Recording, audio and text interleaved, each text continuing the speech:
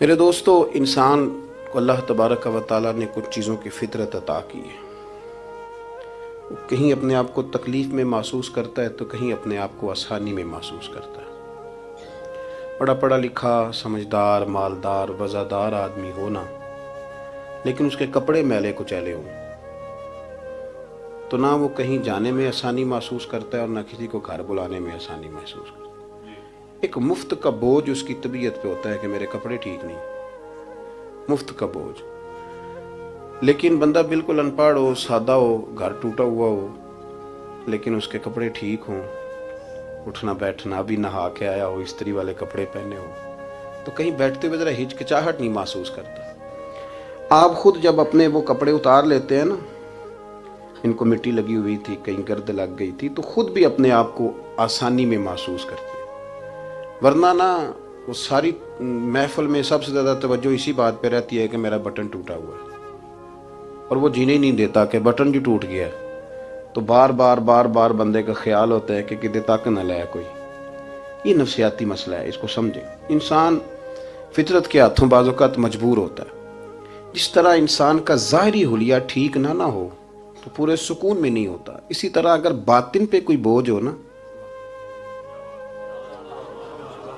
یہ تکبر والا بندہ کبھی سکون میں نہیں رہتا، یہ عجب والا، خود پسندی والا بندہ کبھی سکون میں نہیں رہتا۔ بیماری لگ جاتی ہے نا میری طرح کے کچھ لوگوں کو، بزرگوں کی بات نہیں کرتا کہ ہمیں سٹیج پہ ہونا چاہیے، میں چودھری صاحب ہوں، میں مالدار ہوں، میں علاقے کا بڑا ہوں، میں درویش ہوں، میں صوفی ہوں۔ آپ یقین کریں کہ ان کو پیچھے بیٹھ کے محفل سننے کا مزہ ہی نہیں آتا۔ وہ ساری محفل میں یہی سوچ رہے ہوتے ہیں کہ کدی کوئی اگے ساتھ لے نا۔ یہ بیماری ہے، یہ سکون نہیں لینے دیتی، یہ ایک مسئلہ ہے۔ خود پسندی، حسد، عجب، کبر، یہ مسائل ہیں۔ آپ جو مرضی کر لیں، یہ آپ کو سکون نہیں لینے دیں گے۔ کسی بندے کا یہ ذہن بن جائے نا کہ میں جانا جاؤں، میں پہچانا جاؤں، تو آپ یقین کریں کہ وہ منتیں کرتا ہے کہ یار کوئی مہربانی کرو، میرا بھی ذکر کرو کہیں۔ شیخ سعدی رحمۃ اللہ علیہ فرمایا کرتے تھے کہ لکڑی کو گھن اتنی تیزی سے نہیں کھاتی جتنی بڑے لوگوں کو خوشامد تیزی سے کھا جاتا ہے۔ ان کا بس نہیں چلتا، ورنہ 2 بندے رکھ لیں 8 گھنٹے کی ڈیوٹی پہ کہ میری تعریفیں کیا کرو، بس نہیں چلتا۔ یہ باطن کے جو میل کچیل ہے نا، میرے رسول کریم کا کمال یہ ہے کہ حضور نے نظر کرم سے سارے ہی دور فرما دیے۔ اور محبوب کے اپنوں نے جب نبی پاک سے دلیل مانگی نا کہ آپ اللہ کے نبی ہیں تو اس کی دلیل کیا ہے، اپنوں نے دلیل مانگی، قریش نے۔ اپنوں کو منوانا ذرا مشکل ہوتا ہے نا، یہ اللہ کا قانون ہے، اس نے چراغ کے بالکل نیچے اندھیرا بنا دیا ہے، اس کا قانون ہے، کیا کیا جائے، نہیں مانتے۔ اپنوں کو منوانا، قریبیوں کو۔ انہوں نے جب، میرے ایک دوست نے مجھ سے کہا کہ ایک نہیں سمجھ آئی کہ جب کوہ صفا پہ حضور نے کہا تھا کہ میں اگر تمہیں کہوں کہ اس طرف دشمن کھڑا ہے تو سارے کہہ رہے تھے ہم آپ کی بات مانیں گے، تو میں نے کہا وہ سرکار کو ماننے کی بات تھی۔ یہاں بھی بہت سارے لوگ ہیں وہ کہتے ہیں حضرت صاحب آپ کی عزت بڑی کرتے ہیں پر چپ کر جائیں، سیاست کا نام نہ لینا۔ میری بات کی سمجھ آ رہی؟ آپ کی عزت بڑی کرتے ہیں پر چپ کر جائیں۔ آپ نے یہ نہیں کہنا کہ سود نہ کھاؤ، بالکل آپ نے یہ نہیں کہنا کہ چودھری صاحب کے بچے کی شادی پہ بینڈ باجا نہیں ہونا، چونکہ ہم تو عزت کرتے ہیں۔ عزت کرنا اور ہوتا ہے اور بات ماننا، ان میں فرق ہوتا ہے نا جی۔ کچھ لوگ حیا کرتے ہیں پر بات، لیکن زیادہ خوشی اسی کی ہوتی ہے جو حیا بھی کرے اور بات بھی مانے۔ تو اپنوں نے جب دلیل مانگی نا کہ آپ اللہ کے رسول ہیں تو اس کی دلیل کیا ہے، تو اللہ کریم نے فرمایا محبوب ان سے فرمائیے فقد لبثت فیکم عمرا من قبلہ، وہ باہر سے تو نہیں نہ آیا، میں نے تمہارے درمیان عمر کا حصہ گزارا ہے، افلا تعقلون، کیا تمہیں عقل نہیں؟ میری طرح کا کوئی سچا ہے تو دکھاؤ، کوئی صادق اور امین ہے تو دکھاؤ۔ تمہارے بیچ نبی کریم کا نا اٹھنا بیٹھنا چلنا پھرنا یہ اس طرح کا تھا کہ کوئی چیز کسی پر بوجھ نہیں بنتی تھی، بلکہ جو دیکھتا جاتا تھا مدینے والے کا غلام بنتا جاتا تھا۔ ہم نا آپ یقین کریں کہ اگر نکل آئے نا، آ جائیں سادگی پہ، سادی زندگی بڑی آسان ہوتی ہے، بڑی آسان۔ یہ جو بچے 4,500 روپیہ لگا کے بال کھڑے کراتے ہیں نا سر پہ، یہ پھر پریشان بھی رہتے ہیں کہ اتنے پیسے لگا دیے دیکھا کسی نے بھی نہیں۔ اور جو بزرگ ابھی آیا نا، اس نے گھاس کاٹی ہے، بھینسوں کو چارہ ڈالا ہے، کپڑے بس اس نے جلدی سے پہن لیے صحیح استری، اس کو کوئی فکر نہیں، کوئی دیکھے تب بھی ٹھیک ہے، نہ دیکھے تب۔ نبی پاک صلی اللہ علیہ وسلم نے انسان کو کہا کہ اندر کا بوجھ اتار دے ورنہ تیرے لیے جینا مشکل ہو جائے گا. یہ اتار دے اندر کے سارے بوجھ، یہ جھوٹ کا بوجھ، یہ عداوت کا بوجھ، یہ حسد کا بوجھ. اعلیٰ حضرت بریلوی رحمۃ اللہ علیہ ملفوظات شریف میں فرماتے ہیں کہ حسد کرنے والا سامنے والے بندے پہ اعتراض نہیں کرتا، بلکہ حسد کرنے والا اللہ کی تقسیم پہ اعتراض کرتا ہے. وہ کہتے ہیں اسے کو دیا ہے مجھے دینا چاہیے تھا. بحث کرتے ہیں لوگ، اپنے گھر بیٹھ کے دلائل جمع کرتے ہیں. کبھی کسی شخص کے بارے میں آپ ذرا قرآن مجید پڑھیں اور میرے رسول کریم صلی اللہ تعالی وسلم کی احادیث کا مطالعہ کریں. قرآن تو حضرت موسیٰ کی شان بھی بیان کرتا ہے، حضرت یوسف کے تذکرے نہیں بیان کرتا قرآن، جناب عیسیٰ روح اللہ کی عظمت قرآن بیان نہیں کرتا. اعلیٰ حضرت بریلوی رحمۃ اللہ علیہ کے سامنے کسی نے شعر پڑھا کہ شان یوسف جو دبی تو وہ بھی اسی در پہ دبی، تو اعلیٰ حضرت فرمانے لگے تمہیں غلطی لگ گئی ہے، میرے نبی کسی کو دبانے نہیں آئے.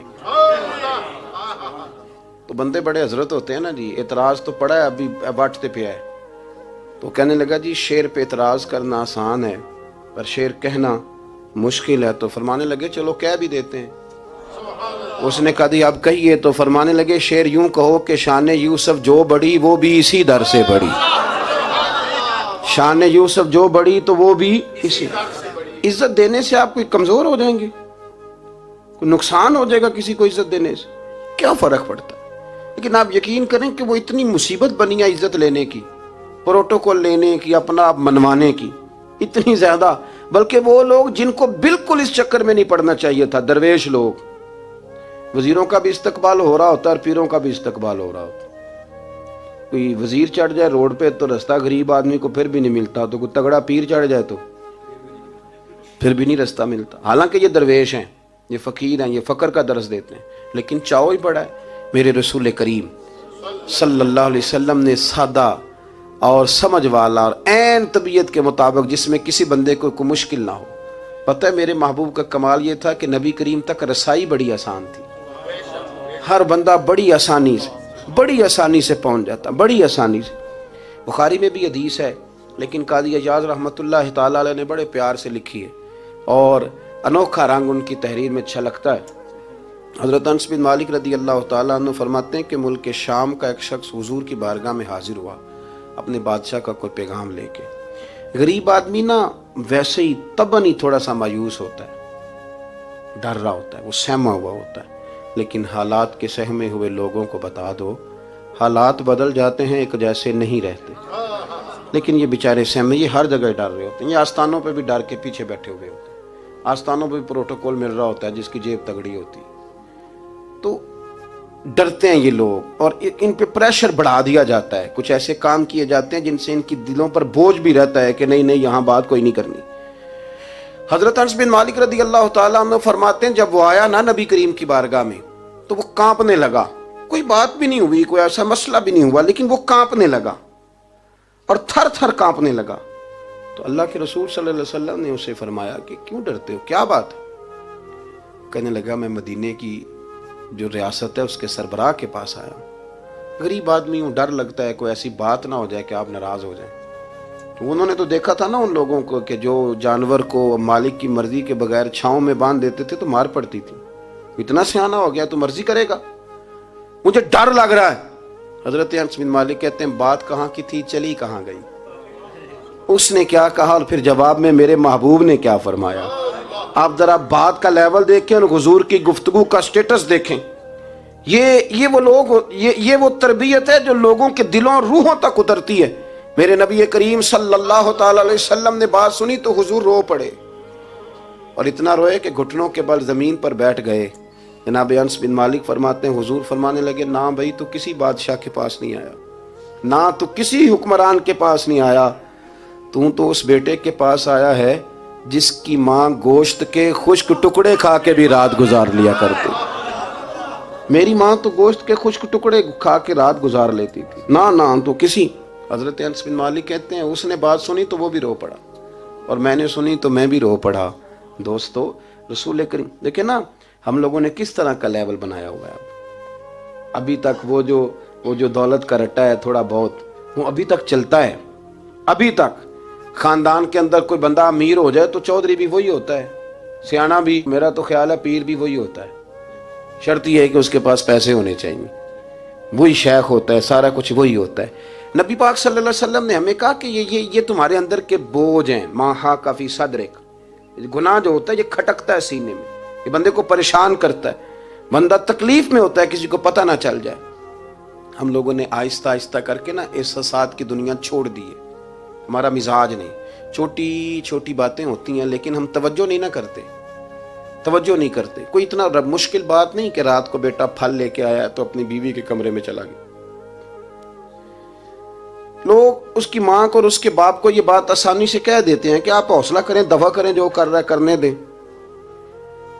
لیکن جس بندے کی کل کمائی اس کا پتر ہو اور بھری جوانی میں جس نے کہا ہو بیوی سے کہ چل میں پرانے کپڑوں پہ عید گزار لوں گا، تو نئے کپڑے بچوں کے لے آ، جس نے 30 سال سعودی عرب میں، دبئی میں، مسقط میں، پردیس میں گزارے ہوں اور وہاں کمبل بھی نہ بدلا ہو کہ چلو بچے میرے پڑ جائیں، اس کی کل کمائی باغ تیرے دی کر کر راکھی، ساری عمر گزاری، تو جدوں یہ باغ پکن تے آیا لے گئے اور وپاری، تو وہ پھر جا کے تو 6 کنوں رکھ کے پلیٹ میں اپنی بیوی سے کہتا ہے جا ابا جی کو دے آ۔ یہ کہنا آسان ہے باپ کو کہ تو صبر کر، حوصلہ کر، پر وہ باپ جب پیچھے پلٹ کے دیکھتا ہے تو کہتا ہے دنیا نے تو تجھے تحفہ دیا ہوگا، میں نے تو جوانی تجھے دے دی، خوشیاں ساری تیرے نام کر دی اور تو میرے ساتھ یہ سلوک کرنے چلا۔ احساسات نہیں، اس کو پتہ ہی نہیں، روز دوست کو ٹیلی فون کرتا ہے کہ آج باہر سے کھانا کھائیں، کبھی ابا جی کو بھی کرنا کہ ابا جی آج میرے بغیر روٹی نہ کھانا، میں آؤں گا تو مل کے کھائیں گے۔ کبھی کہے اماں کو کہ اماں مجھے بڑے بڑے ریسٹورنٹ میں وہ مزہ نہیں آیا کہ تیرے ہاتھ کے چاولوں کی روٹی میں مزہ آیا، آج پکا نا۔ مجھے لگتا ہے اماں کو راشا بھی ہو نا، راشا بھی ہو تو پھر بھی وہ تیرے لیے محنت کرے گی، لیکن احساس ضروری ہے نا، وہ ہم پیدا نہیں کرتے، وہ ہماری توجہ نہیں جاتی۔ صاحب طبقات کہتے ہیں نبی کریم صلی اللہ تعالی علیہ وآلہ وسلم نے نا جب صحابہ کرام آئے تھے مکہ مکرمہ سے مدینہ طیبہ، تو آپ نے سن رکھا ہے کہ انصار مدینہ نے اپنی جائیدادیں بھی تقسیم کر کے آدھی آدھی مہاجرین کو دے دی تھی، تو ان میں ایک حضرت ام ایمن بھی تھی، نبی کریم کی رضائی والدہ ہیں۔ یہ حضرت عبداللہ رضی اللہ تعالیٰ عنہ جو سرکار کے والد گرامی، ان کی آزاد کردہ لونڈی حضرت سیدہ طیبہ طاہرہ جناب آمنہ رضی اللہ تعالیٰ عنہ کی بھی بڑی خدمت کی انہوں نے۔ ان کو بھی ایک باغ ملا ہوا تھا۔ جب وہ خیبر کے علاقے فتح ہو گئے، یہودیوں سے بہت سارے علاقے لے لیے، تو اللہ کے رسول صلی اللہ علیہ وسلم نے فرمایا اب اس طرح کرو کہ یہ جو تم نے جائیدادیں لی ہوئی ہیں نا انصار سے، یہ واپس کر دو اور تمہیں اس میں سے دے دیتے ہیں۔ اور حضور علیہ السلام نے انصار مدینہ سے بھی کہا کہ میں ان کو یہ جائیدادیں دے کے اور تمہاری واپس کرانے لگا ہوں، تو انصار نے تو وہاں بھی بڑا انوکھا جواب دیا کہ یا رسول اللہ ہماری والے بھی رہنے دیں اور وہ والے بھی ان کو دے دیں۔ وَيُؤْثِرُونَ عَلَىٰ أَنفُسِهِمْ وَلَوْ كَانَ بِهِمْ خَصَاصَةٌ، یہ بھی ان کے پاس رہنے دے۔ محبوب نے فرمایا نہیں، میرا فیصلہ یہی ہے۔ حضرت ام ایمن رضی اللہ تعالیٰ عنہ کے حصے میں ایک باغ آیا ہوا تھا، تو محبوب کریم سید عالم صلی اللہ علیہ وسلم نے کہا اماں جی آپ کو کوئی اور باغ دے دیتے ہیں، یہ والا باغ واپس کر دیں۔ سیدھی سادی بی بی تھی، ناز تھا کہ میں نے حضور کی خدمت کی ہے بچپن میں، ناز تھا، کہنے لگی میں تو نہیں واپس کرتی، یہ ناز ہے، ورنہ حضور کو کوئی انکار کر سکتا، میں تو نہیں واپس کرتی۔ حضرت عائشہ صدیقہ رضی اللہ تعالیٰ عنہ فرمانے لگی اماں جی یہ آپ کیا کہہ رہی ہیں؟ حضور فرمانے لگے عائشہ آپ خاموش ہو جائیں، یہ بڑھاپا ہے، اس کے احساسات ہیں، اس کے جذبات ہیں۔ آپ یقین کریں کئی دفعہ بوڑھے بیچارے نا درد سے بات نہیں بتاتے کسی کو، وہ کہتے ہیں کیا کریں، کپڑا اٹھائیں تاکہ پیٹ ننگا ہو جائے، کیسے بات کریں۔ نبی کریم سید عالم علیہ الصلوۃ والسلام اماں جی کے قریب گئے، کہا اماں جی میرے ساتھ چلو ایک دفعہ باغ دیکھ تو لو۔ حضور ساتھ لے کے گئے، ایک باغ دکھایا تو کہنے لگی نہیں نہیں میں نے نہیں لینا، یہ مجھے میرے والا ٹھیک ہے۔ حضور نے پھر دوسرا دکھایا، کہنے لگی یہ بھی نہیں مجھے پسند۔ محبوب نے تیسرا دکھایا تو کہنے لگی یہ تو میرے والے باغ سے بھی پیارا ہے، یہ میں لے لوں گی۔ جب وہ مسکرائیں تو حضرت عائشہ کہتی ہے میں نے حضور کی آنکھوں میں آنسو دیکھے، فرمایا الحمدللہ اس کا دل نہ راضی ہو گیا ہے۔ یہ طریقہ ہے میرے عزیز، تھوڑے احساسات تو پیدا کریں، تھوڑے اپنے جذبات۔ کتنی خود غرضی والی زندگی ہے کہ مجھے صرف میرا ہی خیال ہے، اور جو جہاں بیٹھا ہے نا، پتہ ہے ہم پریشان زیادہ کیوں ہیں؟ میں مولوی ہوں تو میں سارا دن یہی تقریریں کرتا ہوں، لوگ مولویوں کی عزت نہیں کرتے، لوگ مولویوں کی عزت نہیں کرتے، تو میں کہتا ہوں چھوڑیں یہ رٹا، عزت مانگنے کی کیا ضرورت ہے؟ اب منت مانگ کے عزت کرانی ہے؟ چھوڑیں، کوئی ضروری ہے؟ میں اس طرح کرتا ہوں کہ میں عزت کرنی شروع کر دیتا ہوں، میں کرتا ہوں نا 15-20 علماء کی عزت، چلو ہم آپس میں شروع کر لیتے ہیں تو خود بخود باقی بھی مسئلہ ٹھیک ہو جائے. بوڑھے لوگ ہر وقت شکایت کرتے ہیں عزت نہیں کی جاتی. عزت کیوں آپ بھیک مانگتے ہیں؟ کیا ضرورت؟ پیار دینا شروع کریں، روز بروز مطالبہ کرنا کہ میری خدمت کرو، میرے پیچھے چلو. اس سے تو دقت پیدا ہوتی، انسان تکلیف میں رہتا ہے. میرے رسول کریم علیہ السلام خیال رکھتے، چھوٹے چھوٹے بچوں کے جذبات کا بھی خیال کرتے، بوڑھوں کے جذبات کا بھی خیال کرتے. نبی کریم صلی اللہ علیہ وسلم ہر شخص کے بارے میں ایسا نظریہ رکھتے کہ جس سے قوم کو سکون ہوتا، دلوں کے اندر اطمینان پیدا ہوتا. حضرت عائشہ صدیقہ رضی اللہ تعالیٰ عنہ فرماتے ہیں ایک دن گھر میں تشریف فرماتے اور طبیعت مبارک میں نا بڑی، میں دیکھ رہی تھی کہ بڑا حشاش بشاش ہے سرکار کا مزاج، بڑی خوبصورتی. آج غم امت میں حضور اس طرح پریشان نہیں جیسے اکثر ہوتے ہیں. آپ فرماتی ہیں باتیں چل رہی تھی تو بیٹھے بیٹھے حضور فرمانے لگے کہ عائشہ میں تمہیں بتاؤں تم مجھ سے راضی کب ہوتی ہو اور ناراض کب ہوتی ہو؟ کہتے میں نے عرض کی یا رسول اللہ میں اور آپ سے ناراض. فرمایا چل سن تو لینا، سن تو لینا، ذرا بات سننا، ذرا سن تو لے، سننا. عرض کی یا رسول اللہ حکم فرمائیں. فرمایا تم کبھی کبھی قسم اٹھاتی ہو. ذرا احساس کی شدت دیکھی، لفظوں اور جملوں کا خیال رکھنا، سامنے والے کا اسے آسانی دینا. نبی کریم صلی اللہ، دیکھیں نا، میں نہیں پرواہ کرتا جی اب بیویوں کی باتیں کون سنے، میں نہیں پرواہ کرتا جی فلانا تو ان پڑھ ہے، لیکن جو ہمیں حضور نے ذوق دیا جینے کا، جو تسلی دی ہمیں زندہ رہنے کے لیے، جو ہمیں کہا کہ یہ چیز تمہیں جوان کرے گی، ٹھنڈا رکھے گی. نبی کریم صلی اللہ تعالیٰ علیہ وآلہ وسلم فرمانے لگے عائشہ تم نا کبھی کبھی قسم اٹھاتی ہو؟ کہا یا رسول اللہ اٹھاتی ہوں. فرمایا جب تم تھوڑا بہت ناراض ہوتی ہو نا کہ کسی اور زوجہ کے پاس وقت زیادہ گزر گیا ہے تو پھر تم پتہ کس طرح قسم اٹھاتی ہو؟ تم کہتی ہو مجھے ابراہیم علیہ السلام کے رب کی قسم، اور جب تم راضی ہوتی ہو تو کہتی ہو مجھے محمد مصطفیٰ کے رب کی قسم. اور مجھے پتہ ہے. جناب عائشہ کہتی ہے میں رو پڑی. میں نے کہا محبوبہ بات بالکل اسی طرح ہی ہے، لیکن قربان جاؤں یہاں تک خیال رکھتے ہیں آپ حضور، یہاں تک احساسات ہے، یہاں تک. فرمایا مجھے پتہ ہوتا ہے کب تمہارا جذبہ کیا ہے اور کب تمہارا رنگ کیا ہے. دوستو یہ چیزیں جب نکل جاتی ہیں نا مزاج سے پھر آسانی ہو جاتی ہے.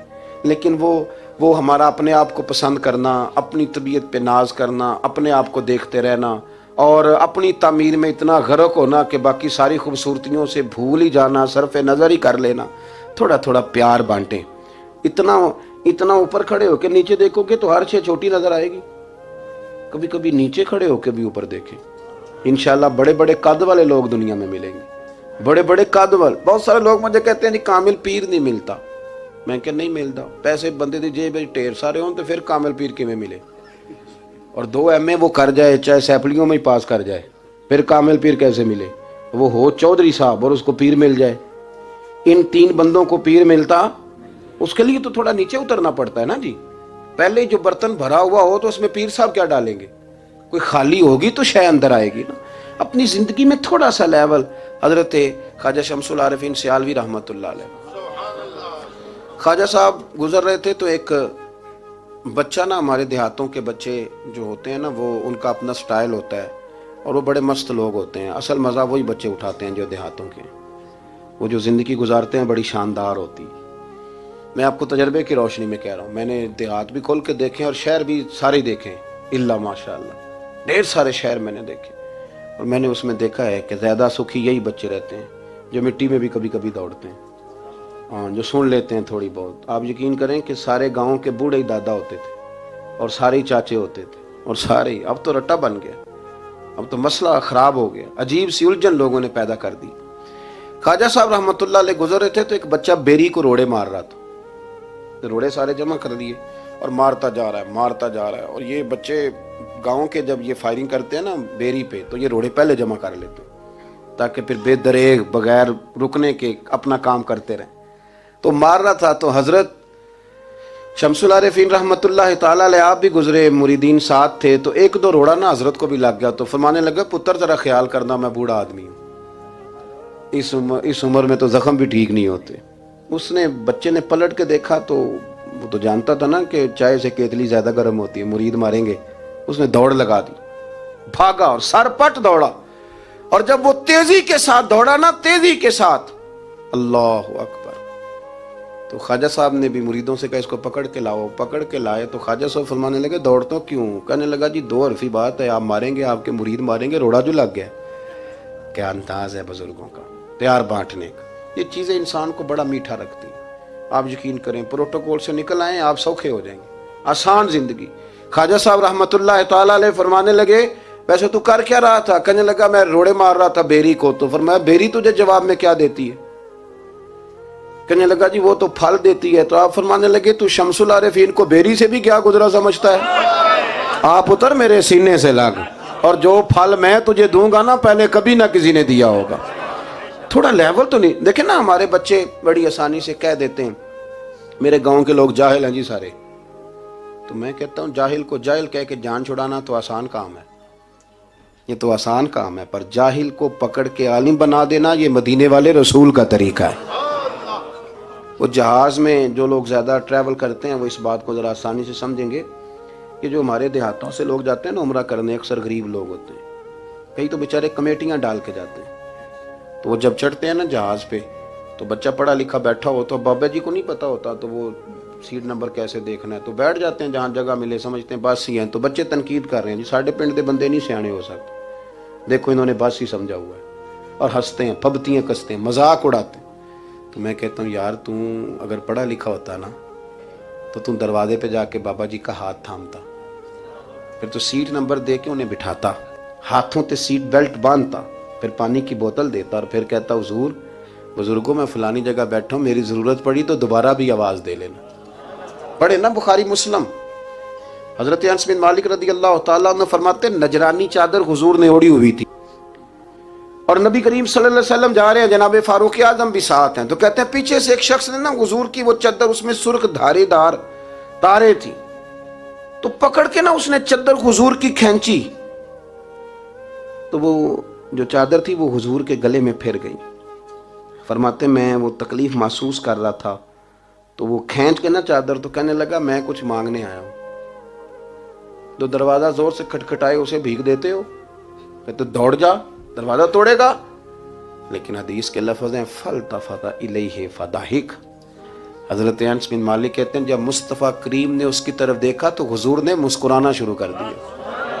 یہاں مسکرانا کمال ہے۔ اعلیٰ حضرت بریلوی کہتے ہیں جس کے گچھے سے لچھے جڑے نور کے ان ستاروں کی نزہت پہ لاکھوں سلام، اور جس کی تسکی سے روتے ہوئے ہنس پڑے اس تبسم کی عادت پہ لاکھوں سلام۔ حضور نے توجہ کی تو مسکرائے، فرمایا کیا لینے آئے ہو؟ کہنے لگا بھکاری ہوں، کچھ لینے آیا ہوں۔ چادریں کھینچ کے مانگ رہا ہے، تو نبی کریم علیہ السلام نے دیا کتنا؟ میرے کریم سے گر قطرہ کسی نے مانگا دریا بہا دیے ہیں، در بے بہا دیے ہیں۔ نبی کریم نے فرمایا یہ دو پہاڑیوں کے درمیان جتنی بکریاں کھڑی ہیں ساری اسے دے دو۔ دو پہاڑیوں کے درمیان جتنی بکریاں کھڑی ہیں ساری اسے۔ وہ آیا تھا تو اسے ادب آداب بھی نہیں آتے تھے، مانگنے کا طریقہ بھی نہیں آتا تھا، لیکن گاؤں گیا تو جا کے دین کا مبلغ بن گیا۔ کیا تبلیغ کرتا ہے؟ کہتا ہو لوگوں غربتوں سے پریشان لوگوں آؤ میرے ساتھ، میں تمہیں مدینے لے چلوں۔ میرے رسول اتنا دیتے ہیں کہ غربت کا ڈر بھی نکل جاتا ہے۔ جب طبیعت کے اندر انسان کے ایک مزاج بن جائے نا، آپ یقین کریں کہ بڑے ٹھنڈے لوگ، مست لوگ، پرواہ کوئی نہیں۔ ورنہ بہت سارے ایسے لوگ ہیں بیچارے زندگی میں جو دوسروں کو سیدھا کرتے کرتے نا خود بڑے ٹیڑے ہو گئے، حالات خراب ہو گئے۔ امام احمد بن حنبل وہ روایت لائے ہیں، جب ایک شخص نے آ کے حضرت عمر سے کہا تھا میں تقریر کرنا چاہتا ہوں، تو فرمایا تو نہ کرنا۔ اس نے کہا حضور میں پڑھا لکھا ہوں کیوں نہ کروں؟ فرمایا جب تو ممبر پہ بیٹھ کے واز کرے گا تو بہت سارے لوگوں کو گنہگار بھی تو سمجھے گا نا، تو تیرا اپنا کیا بنے گا؟ یہ بھی تو بتا نا کہ پھر تیرے اندر کے لیول کا کیا بنے گا۔ اپنے آپ کو نا ان قباحتوں سے، اگر آپ کے کپڑے ٹھیک نہیں، آپ سکون میں نہیں ہیں، تو آپ کے اندر میل ہو تکبر کی، حسد کی، غیبت کی، چغلی کی، اور سب سے بڑی بدگمانی کی، برا سوچنے کی، پھر آپ کہیں کہ میں سکون سے۔ آپ یقین کریں ہمارا کوئی مخلص دوست اس لیے نہیں ہوتا کہ ہم کسی کو مخلص سمجھتے ہی نہیں۔ ہمارے زمانے میں سچا اس لیے کوئی نہیں کہ ہم کسی کو سچا سمجھتے نہیں۔ ہمیں بزرگ اس لیے نہیں ملتے کہ ہم کسی کو بزرگ ناراض نہ ہونا، میری بات پہ غور کرنا۔ ہمارے ہاں اس لیے کوئی ہمارا ہمدرد نہیں کہ ہم کسی کو ہمدرد، ہمارے بندے کو تو دکاندار کہہ رہے ہیں، ہر بندے کو تو جھوٹا کہہ رہے ہیں، ہر بندے کو تو دھوکے باز کہہ رہے ہیں، ہر شخص تو ہماری نظر میں جاہل ہے، ہر عالم تو معاذ اللہ ہماری نظر میں بے عمل ہے، تو جب اس قدر زیادہ ہمارا ذہن برا ہو جائے گا، یا ایھا الذین آمنوا اجتنبوا کثیرا من الظن ان بعض الظن اثم، اتنا برا سوچیں گے تو پھر تو حضور نے فرمایا نہیں کہ اللہ تمہارے گمان کے قریب ہے، اس طرح کا گمان کرتے ہو رب بھی ویسا ہی بن جاتا ہے۔ تو اپنی سوچوں کو ستھرا کریں، اپنی طبیعت میں نرمی لائیں۔ آپ اچھے بندے ڈھونڈنے ملیں گے تو رب آپ کو ڈھیروں بندے عطا کرے گا۔ اپنے آپ کو کمزور نہ کریں، کبھی چھوٹا نہ کریں، چھوڑیں۔ اپنی نجی مجلسیں بھی پاک کریں، صاف ستھری کریں اور خوبصورت کریں، اور اپنی جو خلوتیں جلوتیں ان میں محنت کریں۔ اپنے سے دوسروں کو افضل جاننا سیکھیں، لوگوں کا اکرام کرنا سیکھیں، آداب سیکھیں، اور لوگوں کے بارے میں اچھی گفتگو کرنی سیکھیں۔ آپ یقین کریں یہ کام آپ کسی کے لیے کر کے دیکھیں، اللہ آپ کو سکون عطا کرے گا۔ اعلیٰ حضرت بریلوی رحمۃ اللہ علیہ سے کسی نے کہا تھا، حضرت جی میرے دل